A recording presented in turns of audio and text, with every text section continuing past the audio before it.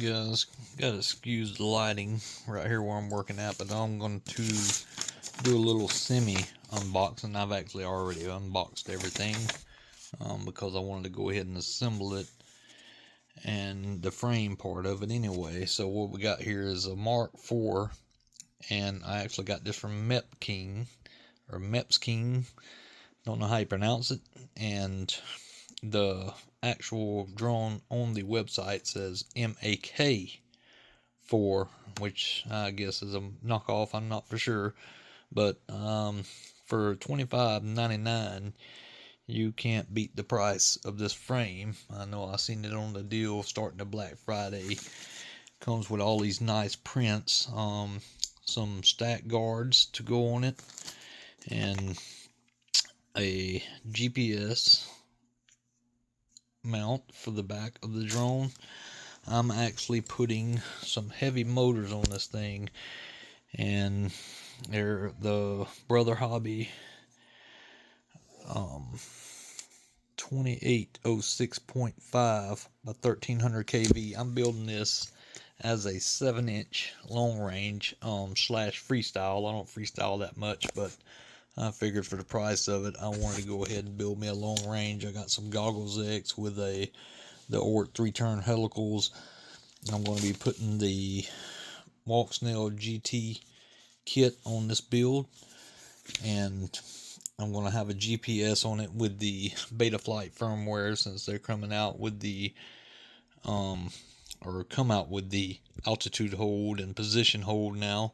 I'm trying this on another build, as you can see in my previous videos. But what you get in the box here, you got a nice battery strap, and all the screws I've done, they actually send motor screws to fit in the motors, which I don't normally get with frames, so that's a pretty good deal. You got some little standoff stems for your antennas for long range if you need it.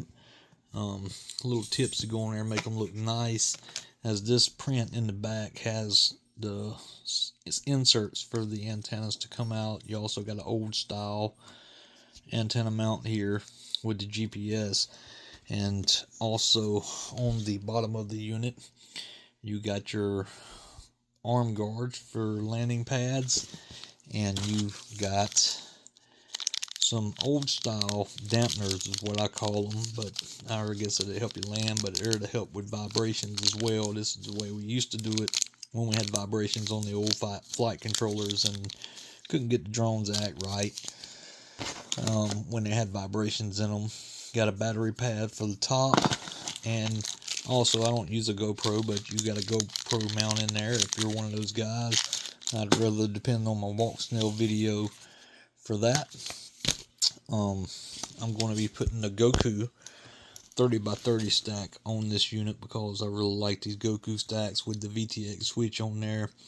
And this has the GPS plugs. All the plugs make it pretty easy to go in there. I can't remember which ESC it is on there, but I know it is AM32 firmware. But we're going to build this thing, and it's a 55 amp ESC, so I hope that holds up pretty well. I've got these big motors, like I said, on there, and this frame you can order a 5, 6, and 7 inch. I did get the 7 inch because I was going to do a long range. I might put a thermal camera on here to take it off my old build. I really like that build, but can't get the servo right on it. So I just wanted to show you what you get in the stack, and also the frame. I measured these arms out. They are 5mm thick on the arms. Your bottom plate, you have a double plate on the front. Might be kind of hard to see from the shadows, but see the line here? It is a protective plate that goes on there. All these screws are gold, and they're, you know, pre-drilled, beveled in, so they sit flat, real nice, all except for these.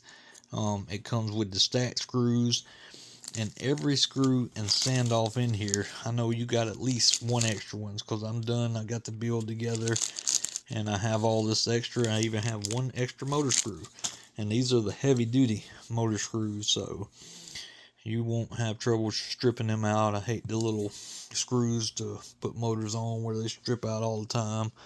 But the back of the drone has a double plate as well to go on there to help strengthen that in case you hit on the front or the back. You have some extra hold offs there. But like I said, you got the standoff screws, you got extra screws, you got motor screws, nice little 3D prints, stack guards. I had never really used them too much, but I believe I'm going to use them on this one. And I think it's just a pretty good frame. I don't know if it's like a MAK or something like that, but it is a MARK4 5, 6, and 7 inch, and I've just figured I'd show you a little build on it. And like I said, you can look at the stacks design here, see how it goes together, and everything seems to be pretty sturdy. Test on there, I did oil my bottom bearings before putting my motors on, because you can't get in here to oil them afterwards unless you just take the bottom plate off. So that's something to think about. I am a guy that likes to oil his motors and take care of them. Alright guys, I'm here again. I've been trying to get this drone to do 100 miles per hour. I'm going to have the build specs in the video, and it's also, you know, the unboxing of the frame kit and everything I have on there. I'm running the Zee's 6S battery on there, fully charged. Got the new Gemfan Hurricane 7050 props on there. A friend recommended to try to get this 100 mile per hour. I was running the regular street leads on there before. Had a prop come loose during flight when I was hit about 83 miles per hour, and it melted and stuck to one of the shafts. So I lost that shaft nut, and this red you can see there. All the rest are green. But this is on beta flight 11.